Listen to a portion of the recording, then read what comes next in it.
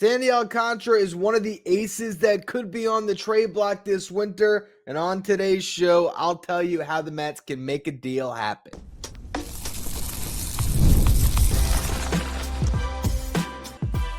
You are Locked On Mets, your daily New York Mets podcast, part of the Locked On Podcast Network, your team every day.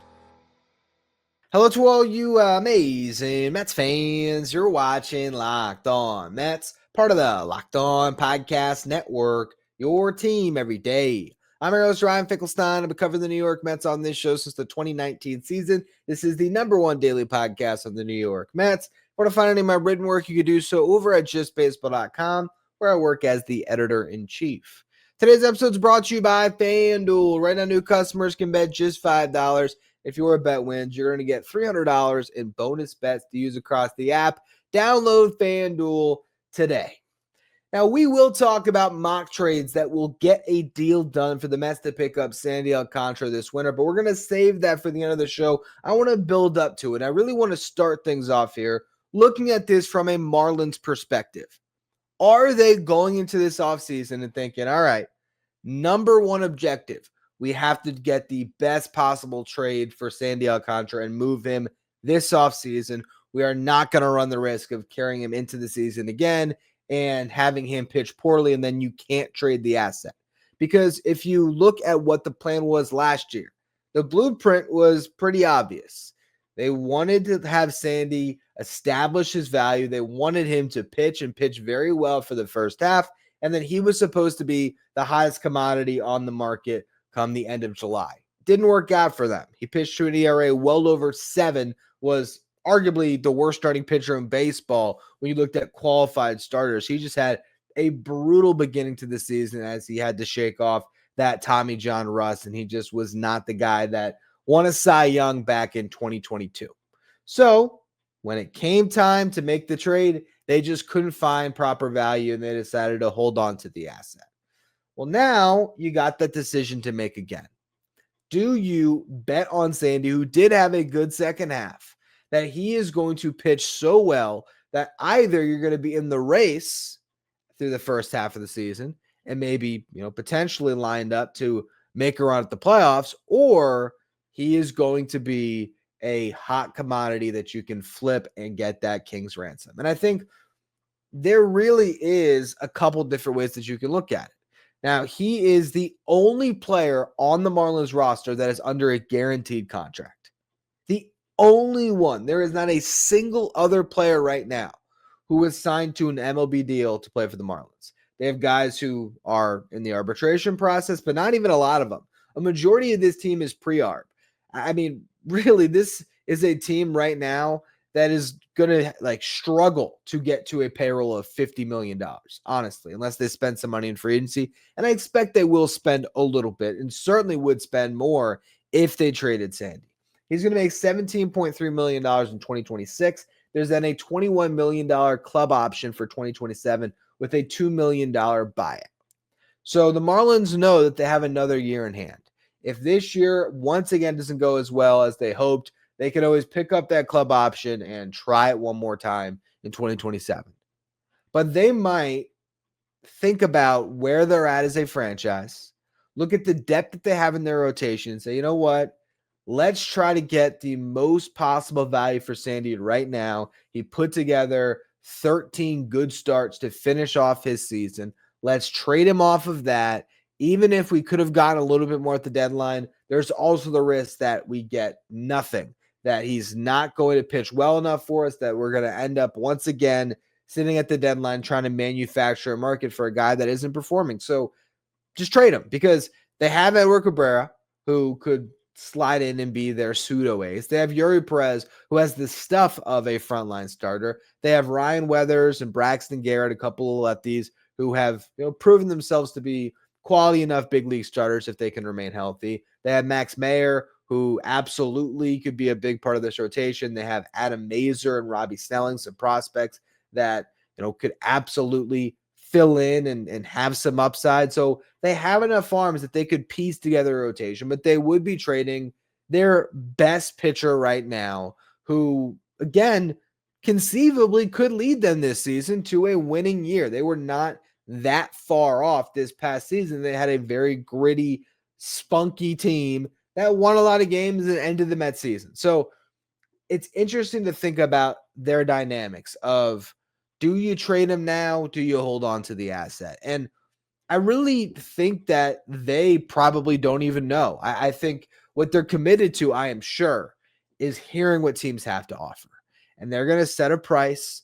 And if they don't find something that's satisfactory to meet that price, I do believe that they are going to play a little bit of hardball with this one trade asset that they really have left. Because again, all the other pieces have been dealt. They've already flipped almost everything they could. Clearly, you can always have a reliever that pops up here and there that you can trade, or maybe you make some signings on one-year deals and you'll have some other assets that you can manufacture that you can trade at the deadline.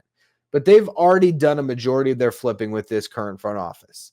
So they are now in the mode of trying to build a winner. And it's a situation with Sandy where you can't miss on the Sandy trade. You really got to hit a home run on it. And so if you're not getting what you think is that level of value, it's probably worth it to roll the dice again and bet on the pitcher, because you could be rewarded handsomely if he puts together the type of season that, he's capable of, and the reason that we're talking about him right now. When it comes to what the Marlins have in-house, what they need on their roster in a potential trade, Jacob Marcy looks to be their starting center fielder of the future. He had a great finish to the season. Kyle Stowers had an unbelievable breakout year. So right there, you got 2/3 of your starting outfield in 2026. Griffin Conine is a very interesting young player that certainly could be that third outfielder, but they could use somebody that can slot into the outfield. Absolutely. You'll get their infield. They got Xavier Edwards as their starting second baseman. I think he's going to be written in there every single day. No questions about that. Augustine Ramirez and Liam Hicks both did very well this season, particularly with the bat. They have another catcher that could probably supplant those guys because he's the best defender of the bunch, and their top prospect, Joe Mack. So I think Joe Mack is probably the catcher of the future. Augustine Ramirez, Liam Hicks, you might move one of those guys to first. And you also have, the DH that can allow you to cycle those guys. So they have some options there. Shortstop, they have Otto Lopez, who is strong defensively, but not much of a hitter. So you could use a starting shortstop. And at third base, Connor Norby has certainly not grabbed that job. So I think the left side of the infield would probably be a priority for the Marlins in this type of a trade. I think they would just also be looking for some big bats. They don't have too many big boppers on their team. Kyle Stowers is the one guy that really hit for pop this season. Augustine Ramirez did as well. But they could use some home run potential. So I think that's what they would be looking for more than anything. Try to focus on the left side of the infield. Try to get some pop. And again, they absolutely have a spot in the outfield where they could certainly pick up an outfielder if that is where this trade goes. So what we're going to talk about next here, what do the Mets have that would interest the Marlins? And also, what do the Mets have that is untouchable in this type of trade? We're going to go through what could be on the table here in just a minute.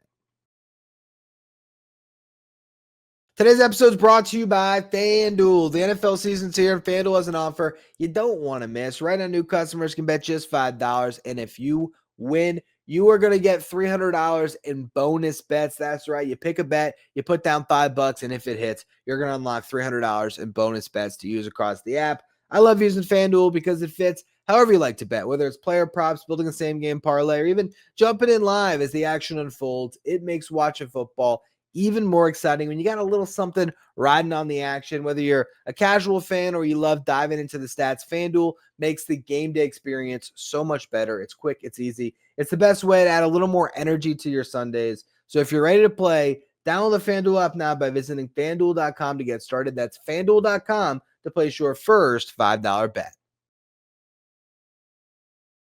If you're watching on YouTube, do me a favor and hit that subscribe button. Help us get closer to our next goal of 15,000 subscribers. We're within 300 away from getting to that number. I really do appreciate all of you who continue to subscribe. All right, so we're going to go through prospects, of course, that could fit the Marlins' needs in a potential trade. But I want to start off before the prospects and look at the big league roster for the Mets, because there's a couple of guys that are going to be on the block this winter as potential trade pieces. The Mets try to clear out what is a little bit of a glut of infielders at the big league level. You got Mark Vientos, you got Brett Beatty, you got Ronny Mauricio, you got Luis and Acuna. So of those four players, I really think that Brett Beatty all of a sudden is the one that's standing on solid ground. I think he is the one that the Mets are likely to keep and have him, open the season as their starting third baseman. So if Beatty's off the table, then you look at the other three. Luis and Acuna is somewhat intriguing if you're trying to fill your void at shortstop, but I think he's very similar to Otto Lopez. Great defender, not much of a bat. Maybe Acuna brings a little bit more to the table on the base pass, but I don't think that Acuna is what they're looking for. I think that Mark Vientos and Ronny Mauricio could both hold some trade value in these discussions. For Vientos, it would probably be to be their first baseman. But because they have Joe Mack coming, because you have Augustin Ramirez and Liam Hicks, maybe you are not as compelled to get a bat first, more bat only profile in Vientos. And maybe you want someone that could potentially be just an all around good third baseman. And that's where Ronny Mauricio, I think, holds a lot of interest in this type of trade. Now, how do the Marlins feel about Mauricio? We don't know. If Peter Bendix doesn't like Mauricio's profile, obviously that's not where the Mets, or that's not where the Marlins would be looking in this trade. But I think there's a lot to like with Ronny Mauricio. The fact is, defensively, the metrics loved him this past year at third base. They pointed to him being a potential Gold Glove third baseman. That is how good he graded out with the metrics. Now, super small sample size.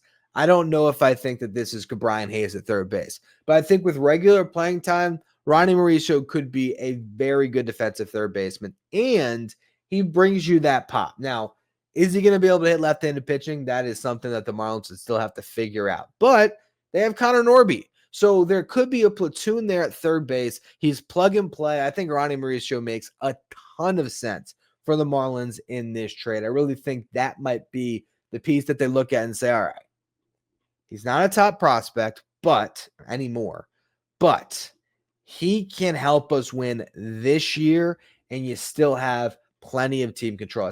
I think it's still 5 years of team control. Let me check the service time of Ronny Mauricio. Maybe not, because he spent a year on the MLB IL with that knee. So he is free agent in 2030. So 26, 7, 8, 9. So yeah, 4 years of team control. Still plenty of time for the Marlins to have him on their team and on their team for the cheap. Won't be arbitration eligible until 2027.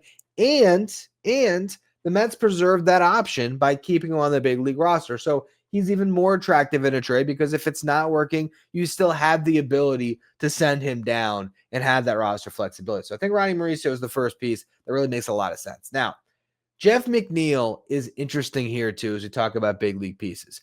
While the Marlins would be clearing a lot of salary by trading Sandy, they also don't need to do that. Again, you need to have some semblance of a big league payroll, or the players union is going to crush you, and there could be a grievance filed. So you need to have some big league salaries on your roster. And I think in this case, they could take on Jeff McNeil to try to juice their prospect return a little bit, take on all the salary. Honestly, the salary almost matches up with Sandy. Sandy, again, making a little over 17. Jeff McNeil making nearly 16, 15.75 million. So I think you could actually have Jeff McNeil in this deal. And for them, again, with the salary not mattering and it being so hard to sign free agents to play in Miami anyway, Jeff McNeil is one of the better options that you could have as far as a veteran that you can plug into your lineup, because he gives you versatility.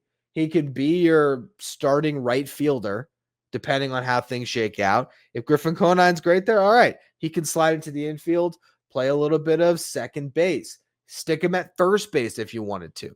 I mean, Jeff McNeil just gives you a really good utility guy. And for that team, I mean, someone that's going to give you a much more professional at bat than a lot of the guys that you're going to run out there anyway. So I think Jeff McNeil actually makes some sense in this deal. Not somebody that I think is the reason you're getting a trade done. But I think this is a way that the Mets can, get Jeff McNeil out of town. They clear that spot in the roster. They open a lot of things up if they trade Mauricio and McNeil in the same deal. That really does open up a world of possibilities for Jet Williams to break camp. You're going to have to roster Acuna because he's out of options now. So, he can then take over Jeff McNeil's utility role. And it makes some sense here. But you obviously need a prospect to get a deal done. You have to find a piece that they're going to be really, really excited about. They're going to want Carson Bench. They're going to want Jet Williams. To me, those are the two absolute untouchables in this trade. And when it comes to the pitching side of things, I'm not trading Noel McLean for anybody. I'm not trading Jonah Tong for Sandy. I might trade Jonah Tong for Joe Ryan, maybe, but I still got to think about that, and that's a future episode of Locked On Mets. I think I'm still probably holding on to Jonah Tong in that instance, too. I'm not going to get swayed by 5 bad starts when he was rushed to the big leagues. This guy was one of, if not the best pitcher in minor league baseball this past year. So I wouldn't trade Jonah Tong lightly. And again, I'm not trading McLean for anyone. Brandon Sproat, I could probably get talked into trading him, but I think if you're looking at your team next year, Brandon Sproat's really going to help. And the Marlins don't need pitching. So I think if you can pull off a trade and hold on to those 5 guys and you get an ace this winter, that's a home run for the Mets. So then we get to sort of the next wave of prospects. And I think the 2 that make a ton of sense for the Marlins, Ryan Clifford or Jacob Reimer, because these guys give you a big bat to stick in a corner, whether it's first base for Clifford, third base for Reimer, that really have a ton of upside. And so I think that would be the headlining piece of a Sandy Alcantara trade is one of those 2 guys with Ronny and Mauricio, and then I think you can really move close to getting a deal done.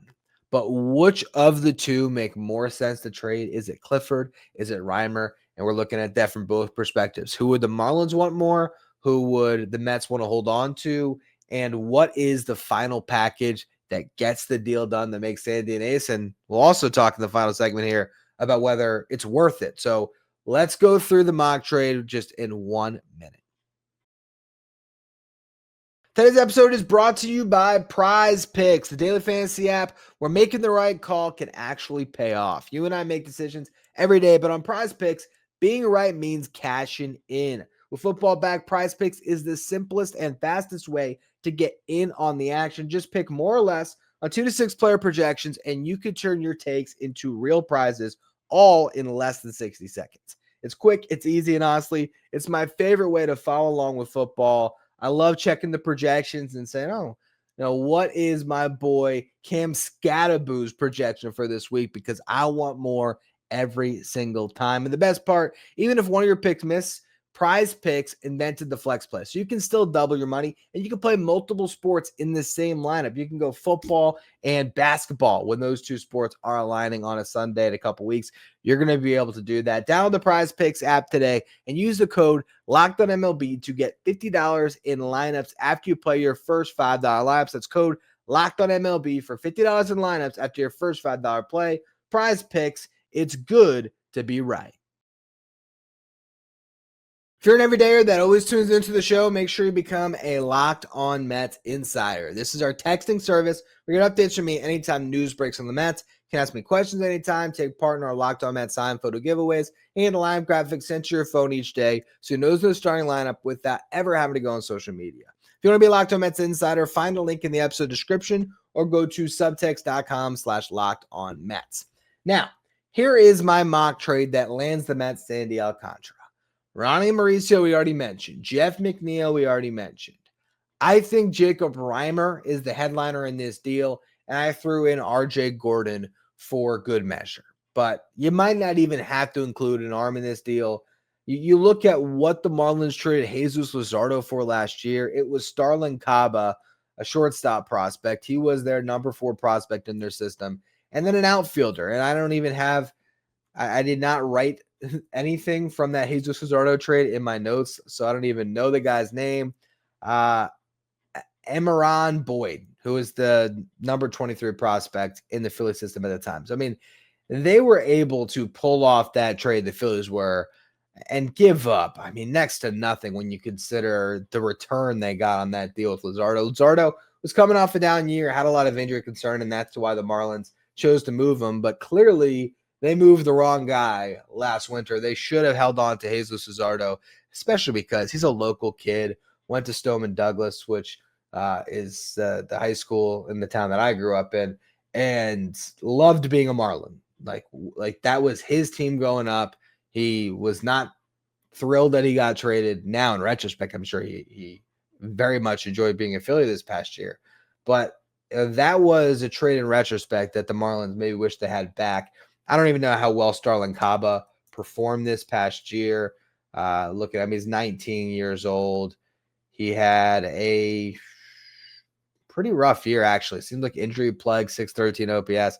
So, yeah, he was not the best prospect to target in that deal. In retrospect, the Mets are giving up more for Sandy, and Sandy's coming off a worse year, but it's also Sandy Alcantara. This is a guy that has a Cy Young on his resume. When he is right, and he was right down the stretch, he was part of the reason why the Mets aren't in the playoffs or did make the playoffs. When he is going right, this guy can absolutely win a Cy Young again. Maybe not with Paul Skeens in the National League, but he can finish in the top 5 next year and no one's going to blink because he still has the velocity. He still has the demeanor. And one thing about Sandy that is interesting is at the beginning of last season, he was calling his own game. He was out on an island all by himself on the mound with no resources to help him. The reason why I am all in on the idea of trading for Sandy Alcantara is because I think you put him into your infrastructure. And I think Sandy, who's still averaging 97 on the fastball with that great sinker, his ability to rise to the level of being an ace again, the ceiling is just so high. I look at the ceiling of Sandy, and I think it might be higher than any of the 11 pitchers that we talked about on that show a couple days ago. If you missed it, I broke down 11 trade candidates for the New York Mets when it comes to starting pitchers. And yeah, Jacob deGrom was on that list. And maybe Jacob deGrom is the exception to that ceiling raiser, but Jacob deGrom is 37. Sandy's 30. He is in the prime of his career with a fresh elbow. And I just, you compare him to Joe Ryan. Joe Ryan's great. And Joe Ryan has a very high ceiling as well. But Sandy has a Cy Young on his resume.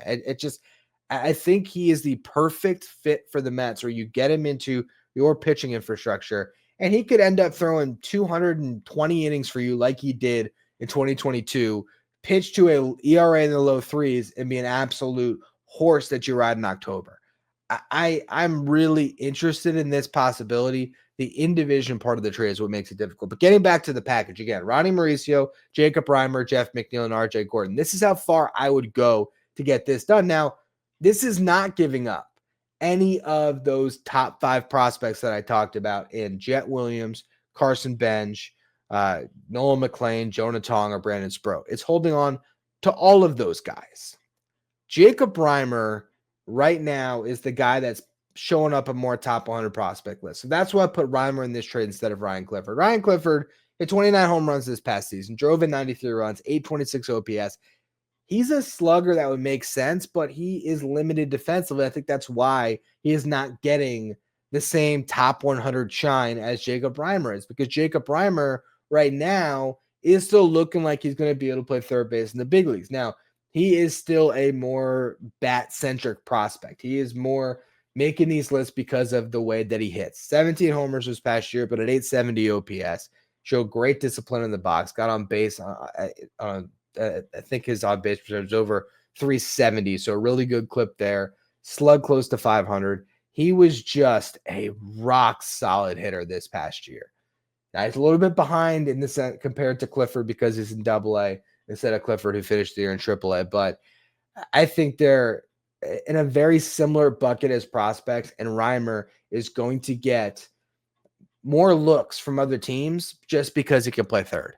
Whereas Ryan Clifford, it's maybe you could have him play right field, but more likely he's going to be a first baseman. So that's why I put Reimer in this deal, but there's every chance that the Marlins might like Ryan Clifford more. There's every chance that the Marlins might like Mark Vientos more than Ronny Mauricio. And who knows? maybe for them, a guy that has been proven in the big leagues to have a really big season in the past, maybe that is more intriguing to them. But I think that they would look at Ronny Mauricio and see the upside there and see the ability for him to be their starting third baseman, or if not just their starting third baseman, a great platoon partner for Connor Norby this season. I think that would move the needle a bunch. I think Jacob Reimer is a top 100 talent that you could hold up and say, hey, we got a top 100 prospect for Sandy. Jeff McNeil gives you some roster filler for this next season and gives you a salary that you honestly kind of need on your books anyway. And for doing the Mets the favor of taking on Jeff McNeil, you get a pitching prospect out of it in RJ Gordon. And for the Mets, RJ Gordon is a good pitching prospect, but I think in the hierarchy, obviously the three arms that we know that debuted at the end of the season are at the top of the list for this farm system. But Jack Winterger and Jonathan Santucci, I think, are that next tier below it. I think Will Watson is closer to that next tier. Zach Thornton, probably a little more highly regarded than RJ Gordon. So RJ Gordon, while he had a lot of success this past year for the Mets, I think that's a guy that you're willing to move in a trade like this, and you're not going to really let that be the sticking point on getting a deal done. If they say, hey, we need an arm, the Mets can provide that arm, and RJ Gordon's just a name. It can be anybody that the Marlins value, that the Mets are willing to trade. But I think really what it is, the main crux of this trade is Mauricio and Reimer. And I think those two pieces would very much interest the Marlins.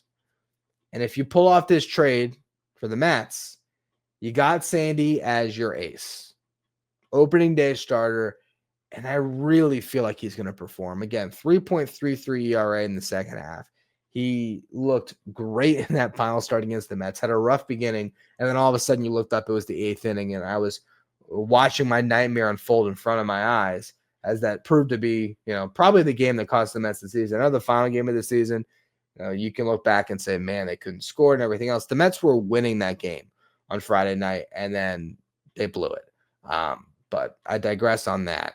Sandy atop your rotation, that would be huge for this team. Yes, you're giving up a third base prospect in Jacob Reimer, who could be your third baseman of the future, but you got Brett Beatty right now.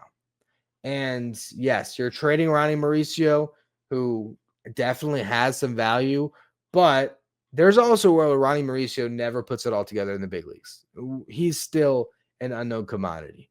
And if you're trading those two guys to get Sandy, and that's really it, and you're hanging on to Jet Williams, it could be your starting second baseman on opening day if everything breaks right. Carson Bench could be your starting center fielder. I think both those guys still certainly could have something to prove in AAA, and they have a lot to prove in camp, but I think you got to leave the door cracked that those guys can make an impact on your roster as soon as opening day. But at some point this season, those are the guys that I really think will play a role. And, ultimately, if Brett Beatty doesn't work out and you trade those two guys and you end up back in the market for a third baseman at some point, it is what it is. But I would not hesitate to make that trade.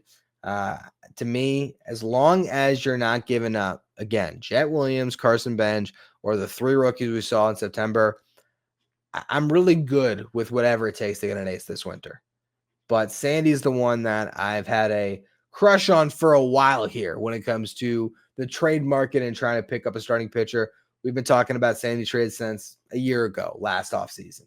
And to me, I just can't get out of my head what I've seen from Sandy throughout his career, which is a guy that has just been an absolute workhorse and a very effective one at that. I mean, let's just run through one more time the resume because I've talked about it in past shows, but it's worth repeating. Go back to 2019, his first All-Star season, 32 starts with the Marlins, 197 and a third innings pitched, 3.88 ERA, made 7 starts in 2020 to a 3 ERA, 2021, 33 starts, 205 and 2/3 innings pitched, a 3.19 ERA. And then 2022, a 2.28 ERA in 32 starts and 228 and 2/3 innings pitched, struck out 207, back-to-back 200 strikeout campaigns for Sandy in 21 and 22. The guy is just, he's an ace when he's right. And I know it's a 5.36 ERA that he's coming off of, but he still wasn't out away from 175 innings in his first year post TJ. And I just think this guy's going to get stronger and stronger heading into his age 30 season.